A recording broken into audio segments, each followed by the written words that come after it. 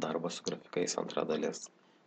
Turime pasidarę štai tokį grafiką ir dabar norime pakeisti šiek tiek ne iš grafinės, ne iš dizaino pusės, bet iš funkcionalumo ir gal labiau iš atvaizdavimo pusės. Tarkim, dabar turime tokį ir nuėjus į layout meniu.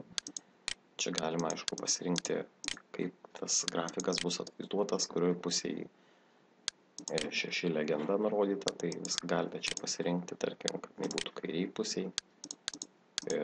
Grafiko pavadinimas, galite įsidėti pavadinimą, ašių pavadinimus.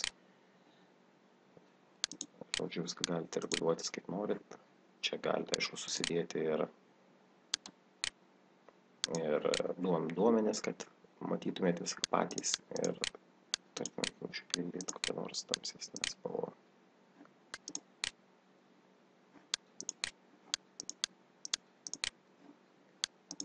Čia parinksime raudonas spalvas ir štai matosi jau duomenys visi.